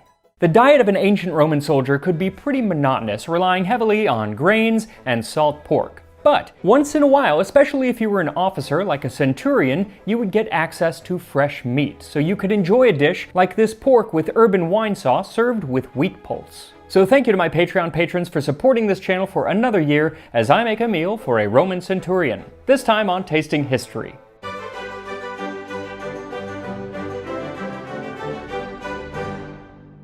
I've discussed the diet of an average Roman legionary before here on the channel, namely about how when they were on the march, they lived off mostly salted cheese, laridum, which was salt pork, and buccellatum, or hardtack. But very often the diet could have more variation than that, especially if you were an officer, whether you were a general in charge of the entire army, or a centurion in charge of, as the name would suggest, 100 men. Usually it was 80 fighting men and about 20 servants. So based on a number of ancient Roman writings, including lists of foods found in the officers' quarters at Vindolanda, one of the northernmost forts in Roman Britain, I was able to search through the most complete set of recipes that we have from ancient Rome, Dere Coquinaria, sometimes called Apicius, to find a recipe that might have been served to a Roman centurion. It starts off small pieces of meat and fine wheat flour or cooked groats you also season with onokokti, and serve with small morsels of pork prepared with the same sauce. Onokokti can refer to a number of wine-based sauces, and there is a recipe for pork made with that sauce later on in the book. It is for Frontinian piglet. You bone it, brown and truss, put into a pot garum and wine, and tie together a bundle of leek and dill. Halfway through the cooking, add de frutum. When it is cooked, wash it and dry. Sprinkle with pepper and serve. Now, I've made entire piglets here on the channel before, but today I'm going to do a much smaller portion. So for this recipe, what you'll need is 2 pounds or about a kilogram of pork, 1 tablespoon of garum, or 1 teaspoon of salt. Now, rarely will you hear me suggest salt as an alternative for garum, garum being the fermented fish sauce that was oh so popular in ancient Rome. Typically, a better modern alternative would be Asian fish sauce. But in this case, since we're making something for the military, using salt is actually probably more appropriate than even using garum. Now, there is some evidence that garum was around certain forts like Vindolanda, but it was not common. In the Roman military, for most of the time, they preferred salt because it's more versatile. It can be used not just to flavor things, but also to preserve food, and it's a lot less cumbersome, as it doesn't need to be transported in huge garum bottles. So for this version of the recipe, either one will work. Then 2 cups or 475 milliliters of wine, either red or white, 1 small leek, a small bunch of dill, 3 tablespoons de frutum, the modern equivalent being the reduced grape must known as mosto cotto, then a large pinch of pepper, and 1 cup or 200 grams of farro or other whole wheat berries. So start by preparing the farro in a saucepan with 2 cups or 475 milliliters of water, and then set it over medium-high heat and bring it to a boil. Then reduce the heat and simmer for 15 minutes. You can also crush the farro up a little bit if you want, and it'll just kind of make a thicker, gloopier pulse, but you can also leave it whole, which is what I'm doing. Now, as it simmers for 15 minutes, prepare your pork by adding a little olive oil to a pan, and then sear the pork, which should be cut into bite-sized pieces. Just sear them enough to give a little color on the outside. Then remove them from the pan and add in the wine and the garum, or the salt if you're going to use that, and that should deglaze the pan. Let that come to a simmer, and then add the pork back in along with the white part of the leek and the bunch of dill. Let this simmer for 4 or 5 minutes, and then add the de frutum and continue to cook until the pork is done. With smaller pieces, it should take no more than another 4 or 5 minutes. As soon as it's cooked, take it off the heat and remove the pork from the pan, and then take about 3/4 of a cup or 175 milliliters of the wine sauce and add that to the farro, which should still be cooking. Stir it in and then let it cook for another 15 minutes or until it is nice and soft. Now, while this recipe is not too complicated, it is more complex than what the average ancient Roman legionary would have been eating, as they would have been cooking out on an open fire and they would have been eating out by that open fire. But it is something that an officer would have had access to, like a centurion who ate in their own tent and were served by servants. They would have had more access to the ingredients like defrutum and garum, which most of the people would not have. But everybody, at least at times, would have had access to the fresh meat. So make sure to like this video, subscribe to Tasting History, and I will tell you a bit about the fresh meat of the ancient Roman military. The eating habits of Roman military officers really varied depending on time, place, and their rank, as well as if they were trying to show that they were one of the people. Many Roman generals even would make an effort to be seen to be eating like the common soldiers. It was said of General Vespasian, future emperor of Rome, that he used to march at the head of his troops. His food was whatever chance offered. In his dress and bearing, he hardly differed from the common soldier. And during the Republic era, Plutarch wrote of the general Gaius Marius that it is a most agreeable spectacle for a Roman soldier when he sees his general eating common bread in public. But that's the thing, in public. It was a very Roman generals, they're just like us sort of thing. But evidence points to the fact that most of the officers, whether they were generals or centurions or really anything in between, definitely ate better than most of the soldiers most of the time. And you can see this partly in the words that the ancient Romans actually used to talk about the different groups eating. When speaking of soldiers, they typically use the phrase cibum capere, or to take food. But when discussing a centurion or other officer, they use the word epulare, meaning to dine or to feast. And that's because while the soldiers were just getting their rations and then cooking right there on an open fire and eating right there next to it, the Roman centurion or other officers had slaves or servants who were preparing the meals for them and then would serve them in their private tents. And even a centurion who was in charge of, 80 fighting men would not eat with those men. They ate with other centurions of varying ranks. It was a very hierarchical centurion society. There are even times when centurions would eat with consuls or emperors of Rome, and so they would really have access to the best quality wine, much more varied herbs, fruits, vegetables, and of course, plenty of fresh meat. Now, meat was important for everyone in the military, but it typically wasn't fresh meat, but rather smoked or salted meat. As Polybius says, the number of swine slaughtered in Italy to feed the army is very large, almost the whole of them supplied by the Po Valley. But if they were slaughtering all of these pigs before the campaign even started, obviously it was all preserved meat, either salted or dried or made into sausages or hams, things like that. So where exactly were they getting fresh meat?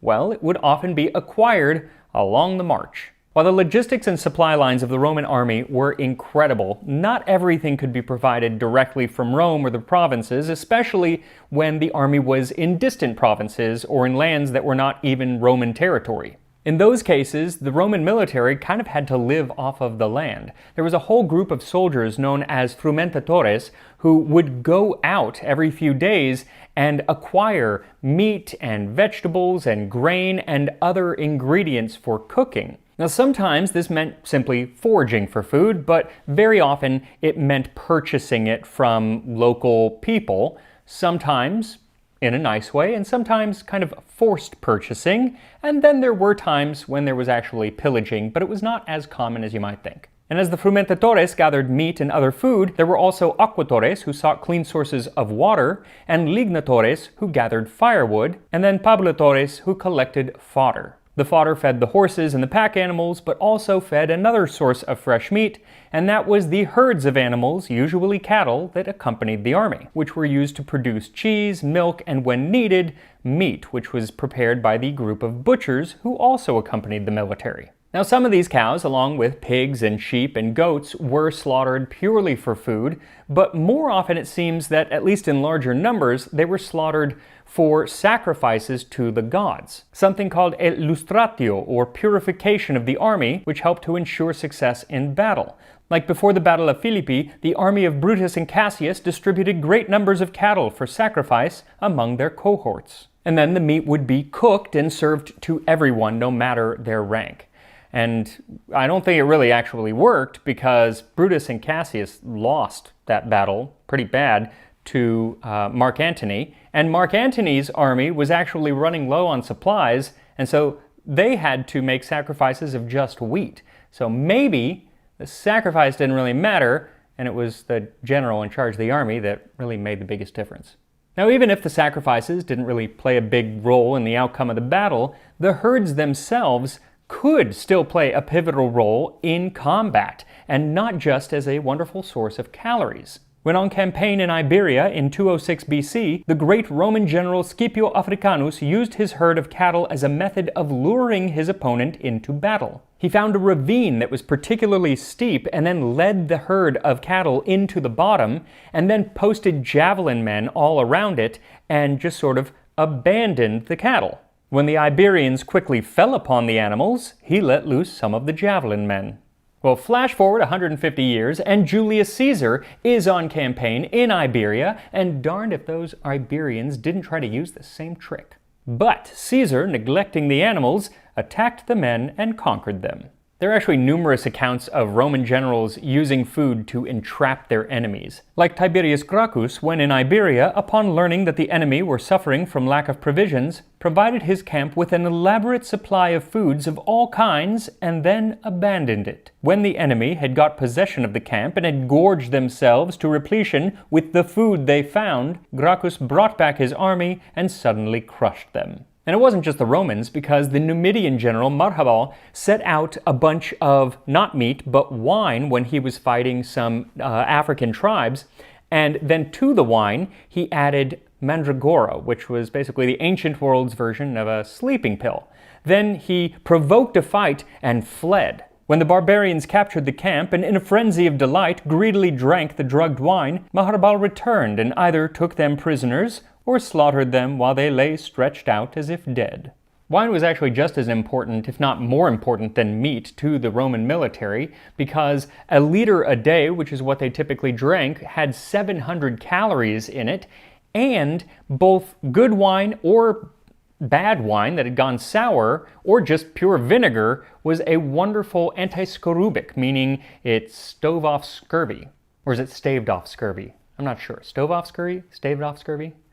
Either one. Anyway, it's actually meat that we're talking about, so I'm going to get back to the meat. Now, we've seen that the Roman military had multiple ways of getting meat, whether it was foraging or pillaging or purchasing it, or having the herds come along with you. But what happened when the military was besieged in a city? Well, typically that actually just meant the end of the meat ration, unless there was a river nearby. For when the inhabitants of Mutia were blockaded by Antonius, Hirtius sent down the Scultena River carcasses of sheep, which were received and thus furnished the necessities of life.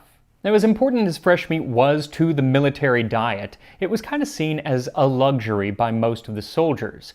Grain was what made up 75% of their calories, and then wine and vegetables and other things made up most of the rest, and then meat was just kind of a little bit. So while an officer might have more access to fresh meat, most of the fighting men just kind of saw it as a garnish.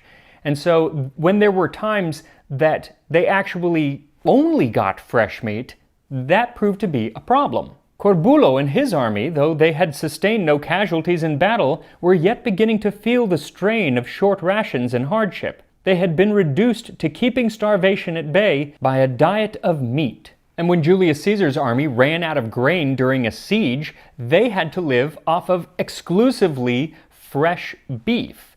And you would think that that was a good thing, but it was not. Yet never a word was heard from the men's lips unworthy of the dignity of Rome or of their previous victories. Nay more, when Caesar addressed single legions at work, and declared that if the burden of scarcity were too bitter for them to bear, he would raise the siege, one and all would beseech him not to do so. So as nice as it was to have fresh meat in the Roman military, it was only a good thing when it was accompanied by plenty of grain. And that is why I figured that this farro pulse and pork dish was the ideal meal for a Roman centurion. So once the farro is nice and soft, dish it up along with a good amount of the meat. Then sprinkle the top with pepper and garnish with some of the cooked leek and fresh dill. And here we are. Pork and wheat pulse, fit for an officer in the legions of ancient Rome. Smells quite good. Definitely the wine and the dill are what I'm getting. I'm actually going to start just with some of this pulse.